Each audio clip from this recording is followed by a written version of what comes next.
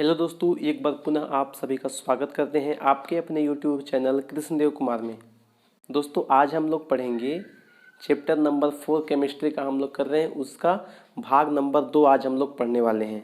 और जैसा कि लास्ट के क्लास में हमने आपको कुछ इम्पोर्टेंट पॉइंट्स बताया था ये चैप्टर से संबंधित, जो कि आपके एग्ज़ाम में वहाँ से प्रश्न बनते हैं। तो आप लोग जो है सो पिछले वीडियो को नहीं देखे हैं तो जा कर के देख सकते हैं दोस्तों। जो भी इम्पोर्टेंट पॉइंट्स है वो सब आपको हमने डिस्कस कर दिया था।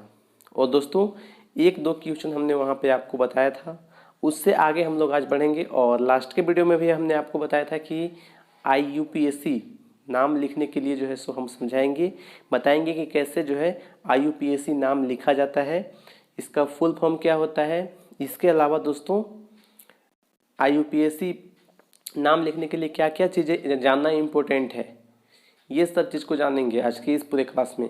तो चलिए दोस्तों शुरू करते हैं आज के इस क्लास को। तो आप लोग जो है सो जल्दी से जल्दी, अभी तक इस वीडियो को लाइक नहीं किए हैं तो लाइक कर दीजिए।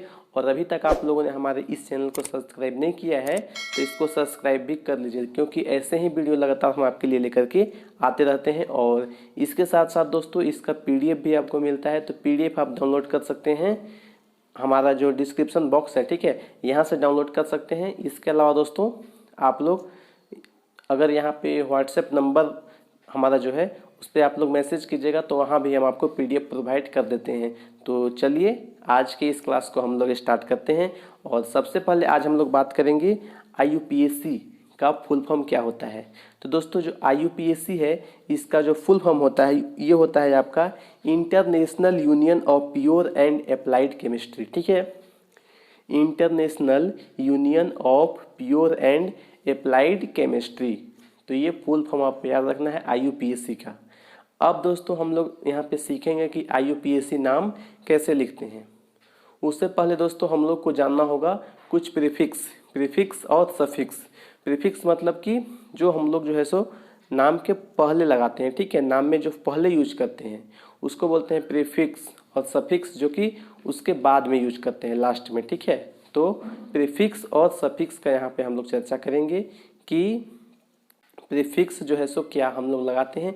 और दोस्तों आपका जो भी IUPAC पूछेगा क्लास 10th में, वो कार्बन और हाइड्रोजन के बीच में जो भी आपका यहाँ पे स्ट्रक्चर रहेगा, ठीक है, उसी का जो है सो पूछता है, ठीक है। तो आइए हम लोग जो है सो सबसे पहले देखते हैं कुछ सफिक्स।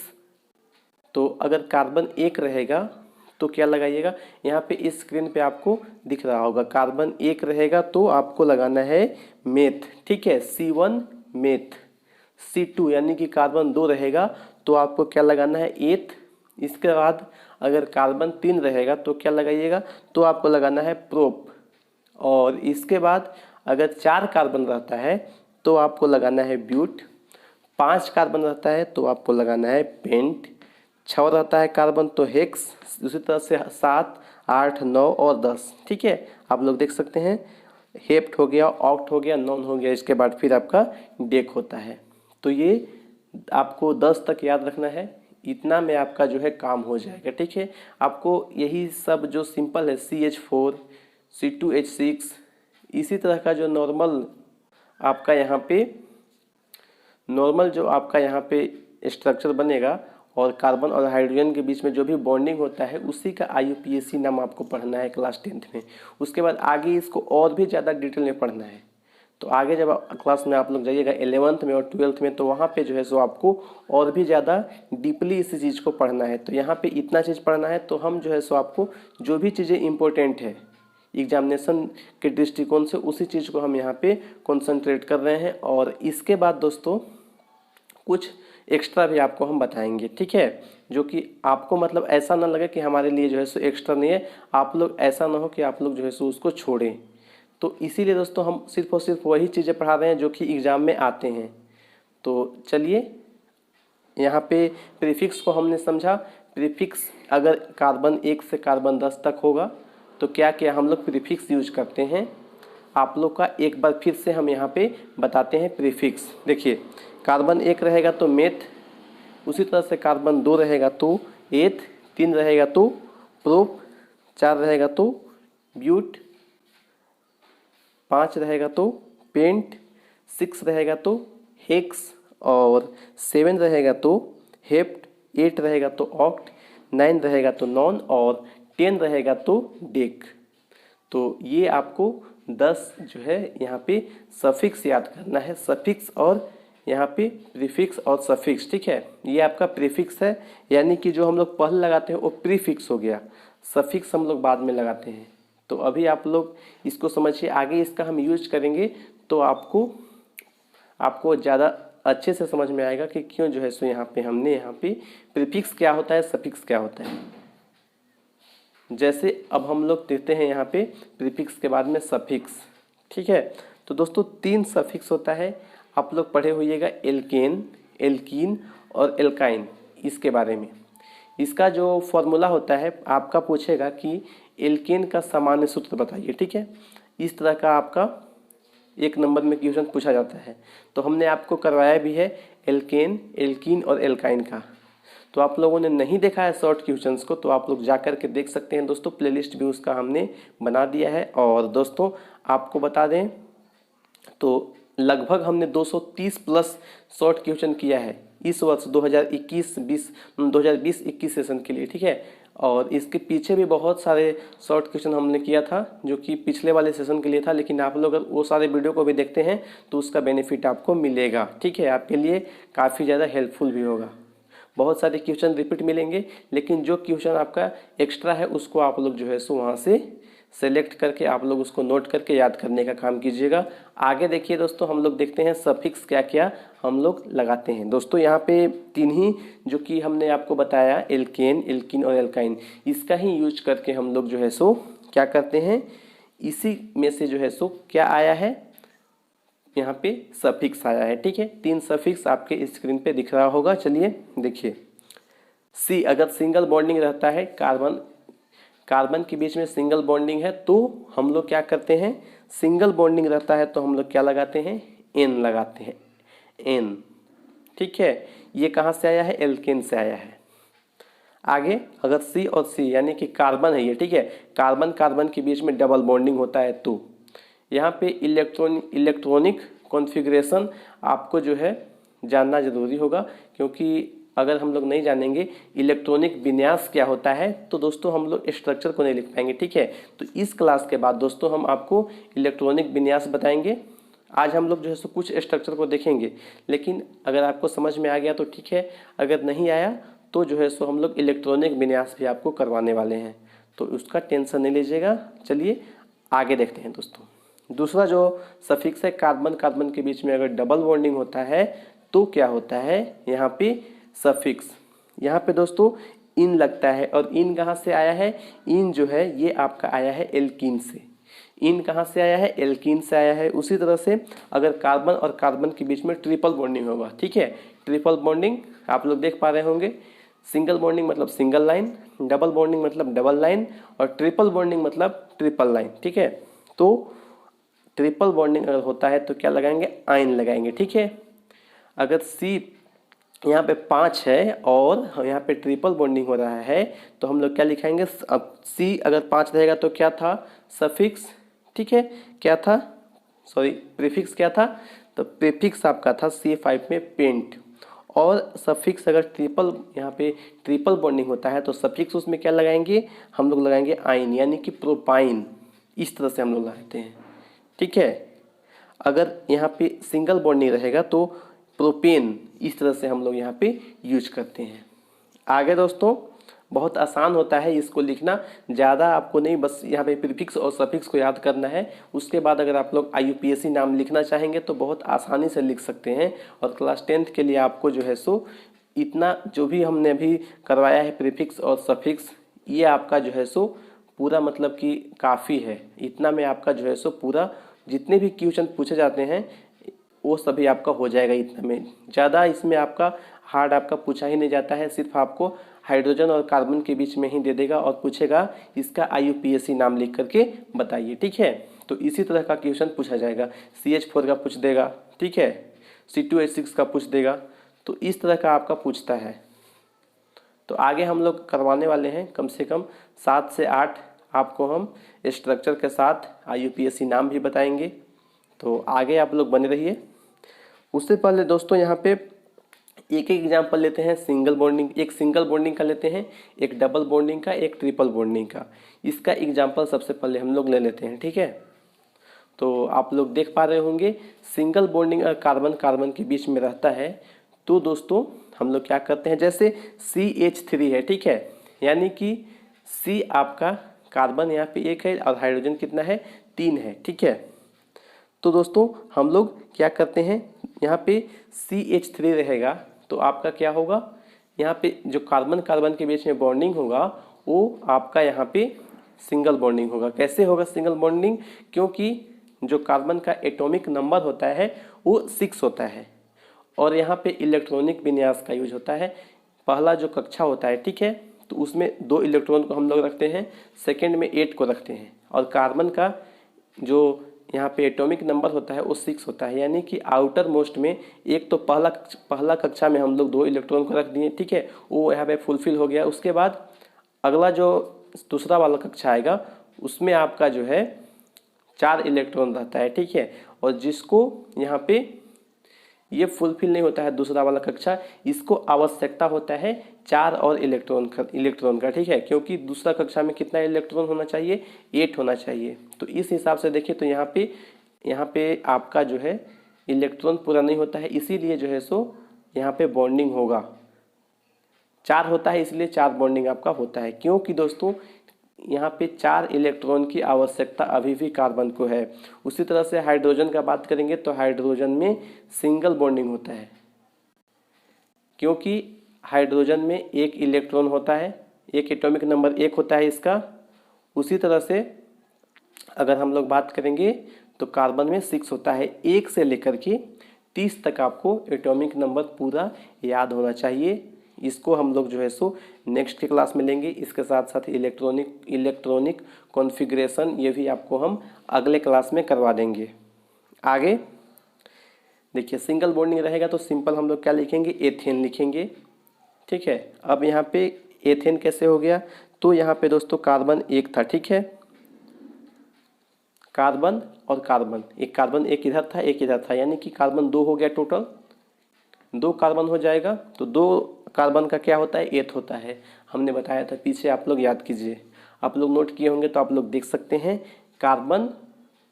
एक कार्बन आपका देख सकते हैं लेफ्ट में, एक कार्बन आपका राइट में, तो 2 कार्बन हो गया। 2 कार्बन हो गया आपका, तो आपको क्या होगा यहाँ पे कि आप लोग को 2 वाला यूज करना होगा। पहला का मेथ था, दूसरा का क्या था, दूसरा का आपका 8 था, तो 8 हो जाएगा। उसके बाद दोस्तों सिंगल बॉन्डिंग है, तो सिंगल बॉन्डिंग है तो आपको सफिक्स का लगाना है, सफिक्स आपको लगाना है यहाँ पे। सिंगल बॉन्डिंग में क्या होता है, एन होता है, तो क्या हो जाएगा, ये हो जाएगा एथेन। इसी तरह से दूसरा वाला देखते हैं। दूसरा आपका है CH2 और CH2 है, यानी कि इसमें हाइड्रोजन 2 और हाइड्रोजन 2 है दोनों कार्बन के साथ में, यानी कि 2 बॉन्डिंग तो हाइड्रोजन के साथ में बन जाएगा। 2 बॉन्डिंग है जो कि कार्बन और कार्बन के बीच में बनेगा, ठीक है। तो यहाँ पे क्या होगा कि आपका जो भी सफिक्स है ये चेंज हो जाएगा, क्योंकि डबल बॉन्डिंग जब होता है तो सफिक्स हमने आपको क्या बताया है, यहाँ पे हमने बताया है कि आपका जो सफिक्स लगेगा वो इन लगेगा। तो कार्बन यहाँ पे 2 ही है, यानी कि एथीन हो जाएगा, इन लगता है तो एथीन हो जाएगा। उसी तरह से अगर ट्रिपल बॉन्डिंग है, यानी कि दोस्तों यहाँ पे आपका C और क्या है, H है, हाइड्रोजन 1 ही है, तो हाइड्रोजन के साथ 1 बॉन्ड बनेगा और जो 3 बॉन्ड है वो कार्बन कार्बन के बीच में बनेगा। तो इस तरह से यहाँ पे ट्रिपल बॉन्डिंग कार्बन और कार्बन के बीच में हो रहा है। तो यहाँ पे दोस्तों आपको करना क्या है, यहाँ पे जो भी हमने आपको सफिक्स बताया है ट्रिपल बॉन्डिंग वाला जो कि होता है आइन, उसका यूज करना है। और कार्बन 2 कार्बन रहता है तो क्या होता है, एथ, तो क्या होगा, एथाइन हो जाएगा। तो आशा करते हैं आपको यहाँ तक समझ में आया होगा। आगे दोस्तों हम लोग बढ़ते हैं और कुछ जो कि इम्पोर्टेंट है स्ट्रक्चर के साथ में आपको हम करवा देते हैं। आगे फिर से हम आगे जो है सो जब इलेक्ट्रॉनिक विन्यास करेंगे तो वहाँ पे भी हम लोग जो है सो इस चीज़ को समझेंगे, और जो कुछ भी बचा हुआ है एक्स्ट्रा चीज़ वहाँ पे हम लोग लेंगे, और जो एग्ज़ाम में पूछा जाता है आपका उसको हम इस क्लास में आपको करवा देते हैं। तो ये सब चीज़ को आपको समझ के और इसको अच्छे से याद रखना है। IUPAC नाम सबसे पहले लिखा हुआ है, उसके बाद सूत्र क्या होता है और संरचना क्या होता है, कैसे बनता है, आप लोग देख सकते हैं। मीथेन दोस्तों, मीथेन क्या होता है, CH4। तो हमने क्या बताया था, कार्बन एक रहेगा, तो कार्बन एक रहेगा तो हमने आपको बताया कि क्या होता है, मेथ होता है। और यहाँ पे क्या है, कार्बन के बीच में, कार्बन कार्बन के बीच में यहाँ पे क्या है, यहाँ पे दोस्तों आपका सिंगल बॉन्डिंग है। जो भी कार्बन के साथ बॉन्डिंग बन रहा है वो सिंगल बॉन्डिंग बन रहा है, इसीलिए क्या हो जाएगा दोस्तों, यहाँ पे आपका हो जाएगा मेथेन, मीथेन हो जाएगा। ठीक है, मीथेन हो जाएगा। इसी तरह से देख सकते हैं यहाँ पे कार्बन 2 है तो एथेन हो जाएगा। संरचना आपको सिर्फ और सिर्फ देख सकते हैं दोस्तों, यहाँ पे सिंगल कार्बन था तो मीथेन, कार्बन यहाँ पे देख सकते हैं तो यहाँ पे भी सिंगल बॉन्डिंग हो रहा है। ठीक है, तो एन लगेगा, एथेन हो जाएगा, प्रोपेन हो जाएगा। सब जगह कार्बन के साथ में सिंगल बॉन्डिंग का ही यूज किया गया है। और स्ट्रक्चर आपको ऐसे लिखना है कि हाइड्रोजन के साथ में एक बॉन्डिंग हो, कार्बन के साथ में आप लोग 4 बॉन्डिंग कर सकते हैं। तो आशा करते हैं ये चीज़ आपको समझ में आया होगा। पहला वाला मीथेन है, मीथेन का CH4 होता है इसका सूत्र, इसका संरचना आप लोग देख सकते हैं दोस्तों। कार्बन और चारों तरफ से क्या करेंगे, हाइड्रोजन हम लोग यहाँ पे लगा देंगे। उसी तरह से एथेन है, इसमें आपका क्या होता है, कार्बन इसमें 2 है और हाइड्रोजन 6 है। तो कैसे हम लोग इसको अरेंज करेंगे, इसको आप लोग देख सकते हैं। इसी को बोलते हैं संरचना सूत्र। एक आपका होता है बिंदु संरचना, बिंदु संरचना को भी हम लोग समझेंगे दोस्तों। सबसे पहले कल वाला क्लास को हम लोग कर लेते हैं। ठीक है, कल कुछ हम आपको जो है सो कुछ जो कि तत्व है उसका परमाणु संख्या, परमाणु द्रव्यमान क्या होता है, ये सब चीज़ आपको हम समझा देंगे कम से कम 30 तक। इसके अलावा इलेक्ट्रॉनिक विन्यास, ये चीज़ को भी आपको हम करवा देंगे। तो आप लोग बने रहिए ऐसे ही आगे दोस्तों। इसमें देखिए प्रोपेन, प्रोपेन में क्या होता है, इसमें C कार्बन 3 होता है और हाइड्रोजन कितना होता है, 8 हो गया। इसका संरचना आप लोग देख सकते हैं।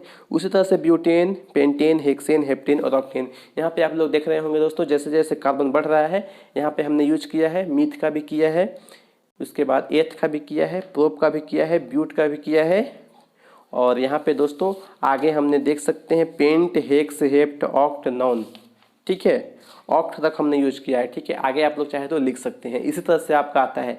लेकिन इतना अगर आप लोग याद रखते हैं तो इतना में ही आपका काम हो जाएगा। और संरचना सूत्र आपको इसी तरह से लिखना है, इसी में से आपका पूछा जाएगा।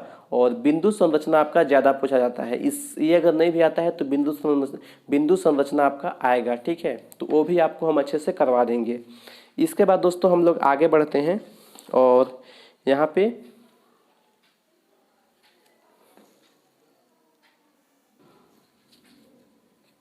अब दोस्तों यहाँ पे हम लोग आगे बढ़ेंगे और हम लोग एक क्वेश्चन लेते हैं। ठीक है, और क्वेश्चन आपका है, ये भी आपका जो है इसी जो भी संरचना लिखना है। ठीक है, संरचना से ही संबंधित है। एक जो इम्पोर्टेंट यहाँ पे संरचना पूछा जाएगा आपका, वो है बेंजीन। ठीक है, बेंजीन के बारे में जो है सो आपको पूछा जाएगा कि बेंजीन का निर्माण कैसे होता है, इसका संरचना लिखने के लिए भी आपको पूछेगा। और ये क्वेश्चन आपका 2 से 3 नंबर में भी पूछा जा सकता है। तो इसको हम समझते हैं ताकि हमारा यहाँ से 2 से 3 नंबर कंप्लीट हो सकेगा अगर एग्जाम में आता है तो चलिए देखते हैं क्वेश्चन कैसे आपका पूछा जाता है। तो दोस्तों क्वेश्चन आपका पूछता है कि बेंजीन का निर्माण कैसे होता है, इस चीज़ को भी पूछ सकता है दोस्तों। या फिर आपका कहेगा कि बेंजीन का संरचना सूत्र बना करके दिखाइए, तो ये भी आपका पूछा जा सकता है। तो आशा करते हैं यहाँ पे ये दोनों चीज़ आपको हम समझा रहे हैं और आपको अच्छे से समझ में आएगा। चलिए देखते हैं सबसे पहले कि बेंजीन का निर्माण कैसे होता है।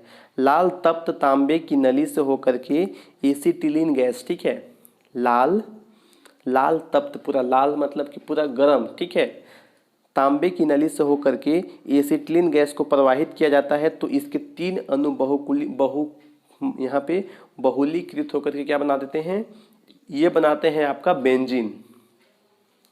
एक बार फिर से डेफिनेशन आपको हम समझाते हैं। इसका डेफिनेशन आप लोग याद रख लीजिए कि लाल तप्त तांबे की नली से होकर के जब एसिटिलीन गैस को क्या किया जाता है, प्रवाहित किया जाता है, तो इसके 3 अणु बहुलीकृत होकर के क्या बनाते हैं, ये बनाते हैं आपका बेंजीन बना देते हैं। ठीक है, तो इस तरह से आप लोग चाहें तो इसको याद रख सकते हैं दोस्तों। आगे दोस्तों एक और अगला है बेंजीन का संरचना सूत्र कैसे लिखते हैं। तो संरचना सूत्र लिखने का आसान यहाँ पे तरीका है, आपको हम दिखाते हैं। चलिए आप लोग स्क्रीन पे देख पा रहे होंगे। देखिए दोस्तों, सबसे पहले हमको यहाँ पे ध्यान देना है कि कार्बन कार्बन के साथ में यहाँ पे क्या हो, कार्बन कार्बन के साथ में यहाँ पे जो भी बॉन्डिंग बने वो तो यहाँ पे 4 बॉन्डिंग बनना चाहिए कार्बन के साथ में, जबकि दोस्तों जो हाइड्रोजन है उसके साथ में सिंगल बॉन्डिंग बनना चाहिए। तो किस तरह से दोस्तों हम लोग यहाँ पे अरेंज करेंगे, और दोस्तों इसका जो यहाँ पे सूत्र होता है बेंजीन का, ये होता है C6H6। तो ये चीज़ को भी आप लोग याद रख लीजिए, बेंजीन का सूत्र क्या होता है, C6 और H6 होता है। तो ये चीज़ पूछिए, बताना होगा अगर आपको 1 नंबर में, तो आप लोग जो है सो इसको याद रखिएगा। इसी को आपको अरेंज करना है। कार्बन 6 आपके पास है और हाइड्रोजन भी 6 है, तो आपको इसमें दिमाग लगाना है कि कैसे आप लोग जो है यहाँ पे स्ट्रक्चर इसका बनाइएगा, कैसे इसको अरेंज कीजिएगा। तो दोस्तों यहाँ पे देखिए, सबसे पहले एक कार्बन रखेंगे, यहाँ पे अल्टरनेट जो है सो हम लोग डबल बॉन्डिंग करेंगे। कार्बन कार्बन के बीच में एक बार डबल बॉन्डिंग, उसके बाद एक बार सिंगल, एक बार डबल, एक बार सिंगल, यानी कि 6 बॉन्डिंग इसके बीच में होगा कार्बन कार्बन के बीच में, जो जिसमें कि आपका 3 सिंगल होगा, 3 आपका यहाँ पे डबल हो जाएगा। और हाइड्रोजन हमको साइड में लगा देना है। 6 यहाँ पे है तो 6 को हम लोग जो है सो 6 जहाँ पे कार्बन है वहाँ पे हम लोग एक एक यहाँ पे डाल सकते हैं। तो इस तरह से ये अरेंज हो जाता है। आशा करते हैं दोस्तों आज के इस क्लास में जो कुछ भी हमने आपको पढ़ाया वो आपको अच्छा लगा होगा, आपको पसंद आया होगा। और आपको पसंद आया तो वीडियो को लाइक कीजिए, शेयर कीजिए, और अभी तक आप लोगों ने हमारे इस चैनल को सब्सक्राइब नहीं किया है तो इसको सब्सक्राइब भी कर लीजिए। Thank you. जय हिंद, जय भारत।